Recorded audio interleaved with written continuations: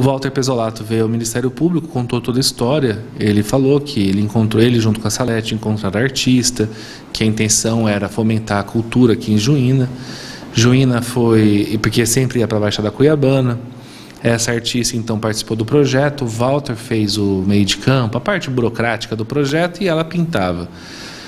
Que no começo desse mês agora, finalzinho do mês passado, ligaram para ela pedindo uma declaração, porque o projeto mandava que houvesse uma exposição nos quadros e depois a doação para a Câmara Municipal de Juína, e pediram uma declaração da entrega.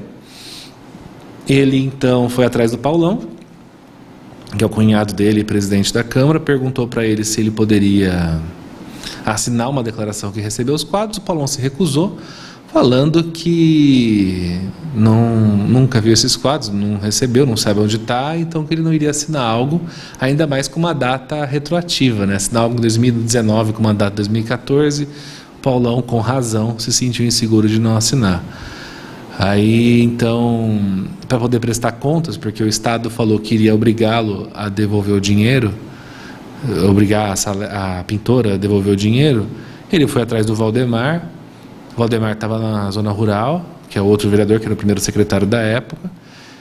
Então ele falsificou a assinatura. Nas palavras do Walter, a Salete apresentou para ele um ofício da Câmara, que tem o timbre, ou seja, deu os meios para que ele saiba como é o modelo de documento da Câmara Municipal de Juína, já que ela foi vereadora mais recente. Então Paulão pegou esse documento, fez a declaração e escreveu o nome do Valdemar ali em cima, e deu para a Salete. E a Salete, sabendo que aquele documento era falsificado, levou para Cuiabá.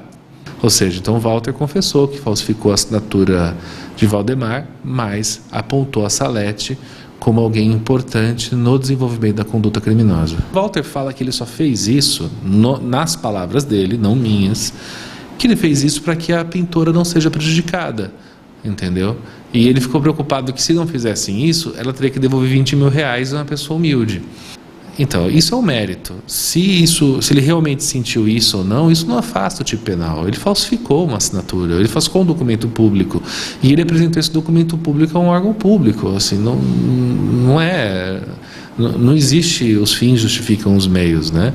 Só que isso pode ser considerado na pena, porque o Código Penal, isso na esfera penal, também acaba influenciando na civil, mas principalmente na penal, ela coloca a confissão como atenuante. Então, se a pena fosse subir acima do mínimo, o juiz, diante da confissão dele, já que ele colaborou com tudo, pode abaixar para a pena mínima, o que acaba beneficiando, mas isso apenas o Walter, não a Salete, porque ela não apresentou todos os fatos quando ouvida ao Ministério Público.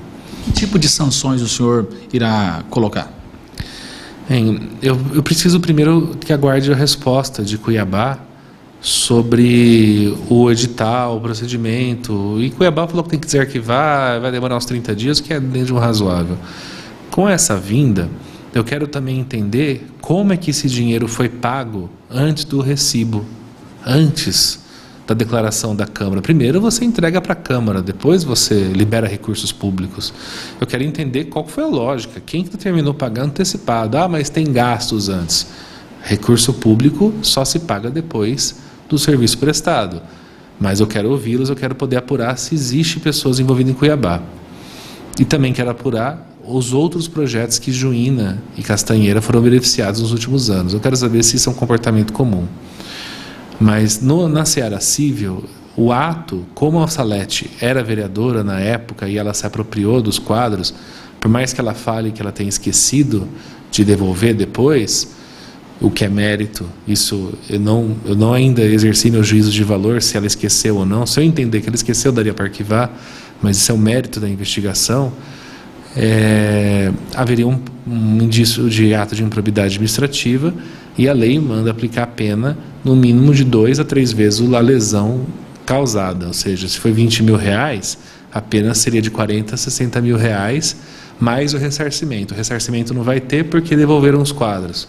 Daria para colocar também a proibição de contratar ou de assumir qualquer cargo público nos próximos anos.